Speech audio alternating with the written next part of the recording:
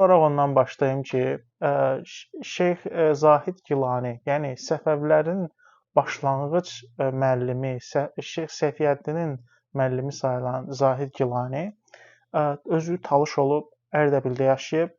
Onun qəbri bu gün Lənkəranda yerləşir. Türbəsi bu gün Lənkəranda yerləşir və insanlar buranı ziyarətgah kimi istifadə edir.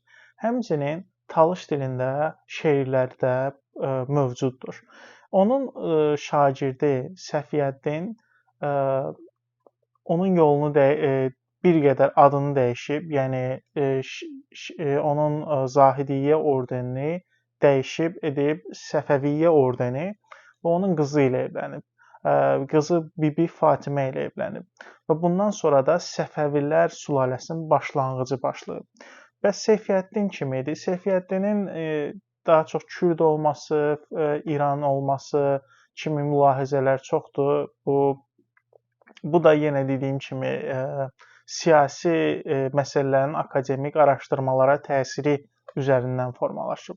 Lakin onun yazdığı dil Talış dili olubdur. Yəni Talış dili ilə çox böyük oxşarlığı var. Həmçinin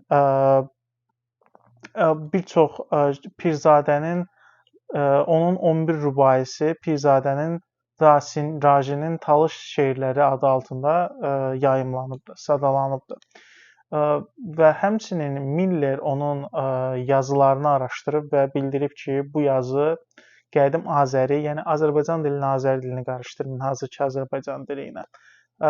Azəri dilinin bir ləhcəsidir, yəni bugünkü Talış dilinə çox yaxındır və uyğunluqlar var. Yəni bu Talış dilinin ana dili başlanğıcı hesab ediləcək bir dildir.